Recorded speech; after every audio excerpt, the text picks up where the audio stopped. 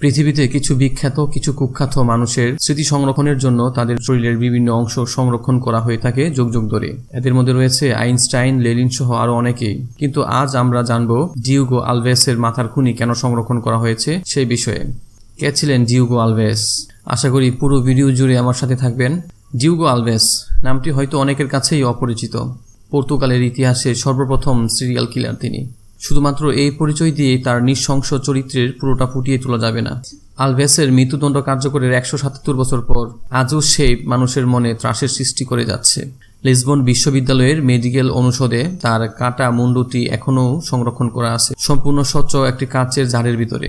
নিথর সেই মুন্ডুটি আজও যে কোনো দর্শনার্থীর মেরুদণ্ডে হিমেল স্রোত বইয়ে দিতে বাধ্য।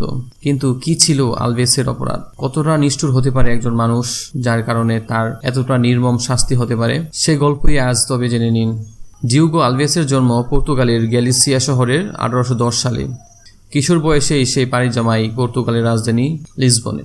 সেখানে বিভিন্ন সম্ভ্রান্ত পরিবারের চাকর হিসাবে অনেক বছর কাজ করে ডিয়েগো। কিন্তু চাকরের সামান্য মাইনেতে পোষাচ্ছিল না তার। শীঘ্রই সে বুঝতে পারে অপরাধ জগতের নামতে পারলে এর থেকে বেশি টাকা ইনকাম করা যাবে। সেই থেকেই বিগড়ে যাওয়া শুরু তার। 26 বছর বয়সে শহর ছেড়ে শহরতলিতে আসে। আগুয়াস লিব্রেস নামক এক জলপ্রণালী বা নালার কাছে সে এসে আশ্রয় নেয়। সেখানকার বিভিন্ন বাড়িতে কাজ করতে থাকে।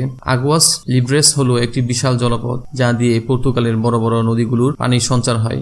পাশাপাশি সেখানে স্থাপত্যকলার অনিন্দ্য সুন্দর নিদর্শন হিসেবে দাঁড়িয়ে আছে এক সুবিশাল সেতু এবং বড় একটি সড়ক পথ। কৃষক এবং বণিকদের মধ্যে যারাই ব্যবসা বাণিজ্যের জন্য রাজধানীতে যেতে চাইতো তাদের এই পথ ব্যবহার করতে হতো।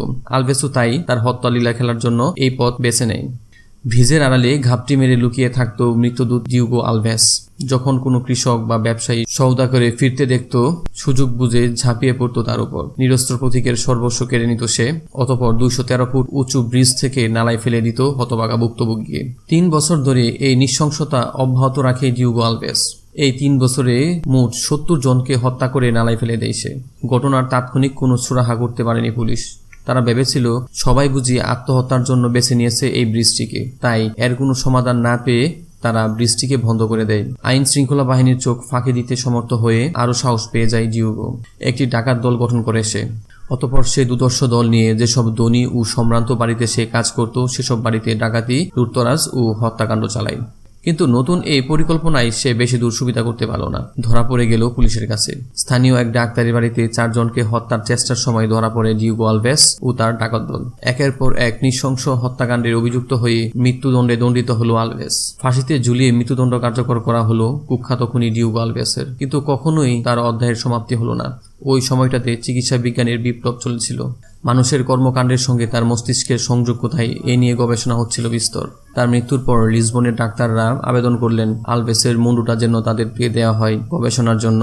সেই থেকে একটি কাচের জারে প্রিজারভেটিভের মধ্যে মুন্ডুটি আজও সংরক্ষিত হচ্ছে এবং পৃথিবীর লোকদের দিচ্ছে একটি বার্তা কুকর্মের ফলাফল কতটা ভয়ানক হতে পারে। এই ছিল ডিয়েগো আলভেসের কাহিনী। আশা করি ভিডিওটি ভালো লেগেছে। ভিডিওটি ভালো লাগলে লাইক, কমেন্ট, শেয়ার করতে পারেন পরবর্তী ভিডিও দেখার জন্য।